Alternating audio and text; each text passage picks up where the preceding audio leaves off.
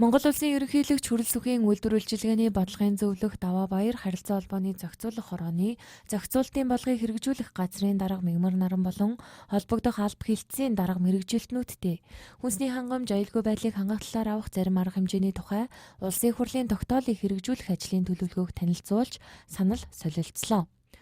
За Монгол Улсын ерөнхийлөгчийн санаачлахаар хүнсний аюулгүй байдал энэ хүнсний аюулгүй байдлын чиглэлээр одоо 5 жилийн төлөвлөгөө гарсантай бид бүхэн танилцлаа. За тэгээд төлөвлөгөөний хүрээнд болохоор хийж хэрэгжүүлэх арга хэмжээг бид харилцаа холбооны зохицуулах хорооноос дэмжиж ажиллахаар илэрхийллээ. За цаашдаа яг энэ чиглэлээр өргөн нэвтрүүлгийн телевиз, за арилжааны телевизүүдтэй хамтран яг мэдээллийн одоо олон нийтийг мэдээллийг хүргэсэн, сурчилсан, за аюулгүй байдлын чиглэлээр нэвтрүүлэг хийхдээ хамтран ажиллахаар санал солилцлоо. Хүнсний хангамж аюулгүй байдлын талаар авах зарим арга хэмжээний тухай 5 хэсэг 49 заалт бүхий тогтоолд иргэд олон нийтэд чиглэсэн хоол хүнсний зохистой, соёлтой хэрэглээний талаарх сургалт сурталчилгаа, соён гэгэрүүлэх ажлыг зохион байгуулах гэсэн заалт орсон байдаг.